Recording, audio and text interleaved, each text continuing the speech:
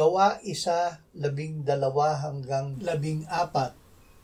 Pagkatapos ay bumalik sila sa Jerusalem buhat sa tinatawag na bundok ng mga Ulibo, malapit sa Jerusalem, na 1 araw ng Sabat lakarin. Nang sila'y makapasok sa lungsod, umakyat sila sa silid sa itaas, na doon ay nakatira sina Pedro, Juan, Santiago at Andres, Felipe at Tomas, Bartolome at Mateo, si Santiago na anak ni Alfeo, si Simon na Makabayan, at si Judas na anak ni Santiago.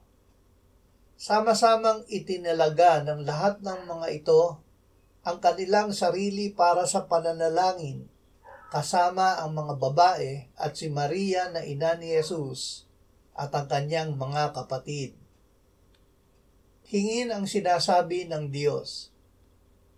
Bago siya iniakyat sa langit, sinabi ng Panginoong Hesus sa kanyang mga alagad, hindi naaabuti ng maraming araw na kayo'y babautismuhan sa Espiritu Santo. Tatanggap kayo ng kapangyarihan pagbaba sa inyo ng Espiritu Santo at kayo'y magiging mga saksi ko sa Jerusalem, sa buong Judea at Samaria hanggang sa kaduluduluhang bahagi ng lupa.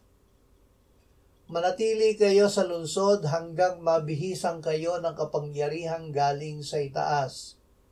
Sinunod ng mga alagad ang utos na ito sa pamamagitan ng sama-samang paghingi ng ipinangako ng Panginoon. Tinugon ng Panginoon ang kanilang panalangin. Nang dumating ang araw ng Pentecostes ay bumaba sa kanila ang Espiritu Santo at sila ay napuspos ng kapangyarihan. Hingin natin ang sinasabi ng Diyos sa kanyang salita. Makatitiyak tayo na ito ay kanyang tutugunin.